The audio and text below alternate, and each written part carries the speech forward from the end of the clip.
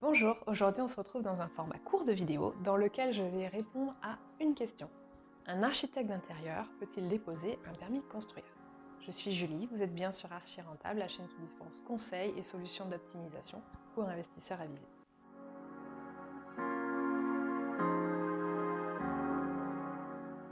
Un architecte d'intérieur peut-il déposer un permis de construire? La réponse est oui, mais dans une certaine mesure et selon certains critères.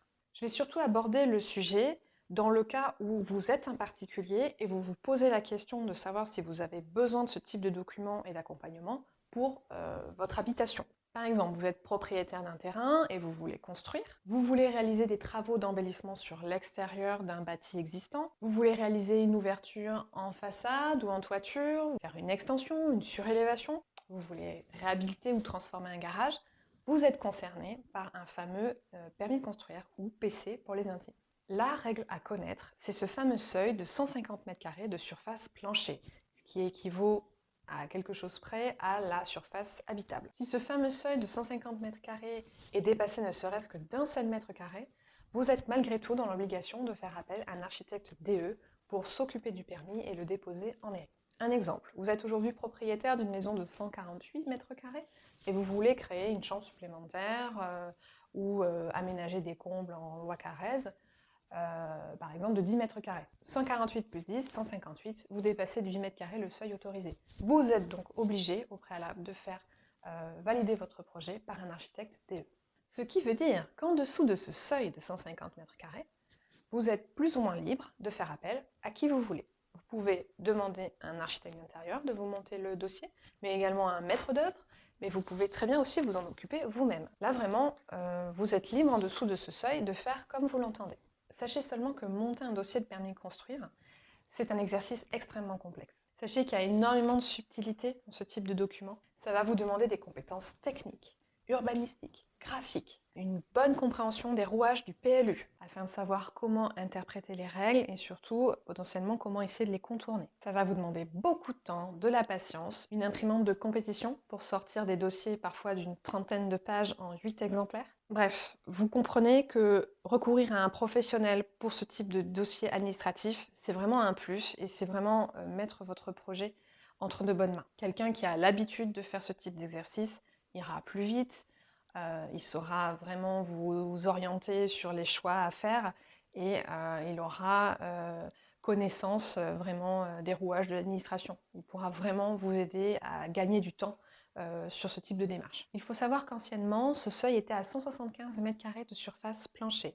Il a été abaissé au 1er mars 2017 de façon à encadrer un petit peu plus la profession. Devant la recrudescence d'architectes d'intérieur qui est arrivée sur le marché, l'État français, en concordance avec l'Ordre des architectes, a vraiment voulu essayer de verrouiller, cloisonner plutôt que verrouiller un peu plus, de façon à ce que chaque profession ait bien son domaine d'activité. En théorie, c'est bien, mais dans la pratique, j'ai toujours eu tendance à entendre au quotidien que ces architectes DE, du coup, étaient dorénavant sollicités pour ce qu'ils appellent des petits projets.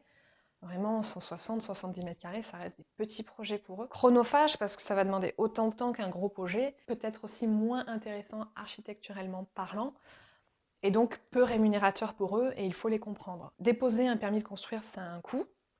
Ça a un coût pour le client et il faut savoir que toute cette tarification est encadrée. Aujourd'hui, un architecte DE ne peut pas fixer librement ses prix lorsqu'il réalise un permis de construire. Il a obligation de déclarer chaque permis déposé à son ordre, à l'ordre des architectes, avec le montant auquel il a déposé le permis, afin de lutter contre la concurrence déloyale. Donc si votre projet requiert l'intervention obligatoire d'un architecte DE, sachez qu'il y aura un coût supplémentaire que vous n'avez peut-être pas considéré au départ, mais qu'il faudra prévoir dans votre projet. Autre exception, si vous souhaitez changer la destination du produit, par exemple, vous avez aujourd'hui un local commercial que vous voulez basculer en habitation. Et si en même temps dans votre projet vous souhaitez modifier les façades, changer des fenêtres ou faire des ouvertures, même si votre projet fait en dessous de 150 m², ces deux modifications vous obligent à faire appel à un architecte DE. Pour faire court, ce sont les 2 règles à retenir. Je vous invite fortement à consulter votre PLU, le PLU de votre secteur, et également à passer un petit coup de fil au service urbanisme de votre mairie. Voilà, ça vous prendra peut-être 10 minutes d'échanger avec la personne au bout du fil, mais au moins vous pourrez poser toutes vos questions et pourra vous aiguiller, vous pourrez solliciter un rendez-vous. Et l'idée, c'est de lever tous les doutes, toutes les réserves avant d'aller plus avant pour vous éviter de vous faire perdre du temps. Partez du principe que s'il y a une grande transformation visuelle ou spatiale, il vous faudra très certainement déposer un permis de construire. Fort heureusement, s'il s'agit uniquement de petites rénovations intérieures et de projets de décoration, vous êtes libre de faire ce que vous voulez chez vous. Attention cependant si vous êtes dans un immeuble sous un régime de copropriété, pour certaines interventions, comme par exemple ouvrir un mur porteur, vous allez devoir recueillir le vote de votre copropriété et obtenir son accord. En résumé, un architecte d'intérieur peut tout à fait déposer un permis de construire dans la mesure où le projet fini ne dépasse pas le seuil des 150 m² et dans la mesure où il n'y a pas et changement de destination et modification des façades. C'est tout pour aujourd'hui, n'hésitez pas en commentaire à me poser d'autres questions si vous souhaitez que j'y réponde. Je vous dis à très bientôt dans une future vidéo. D'ici là, portez-vous bien et n'oubliez pas, vous êtes à ça de devenir un investisseur avisé.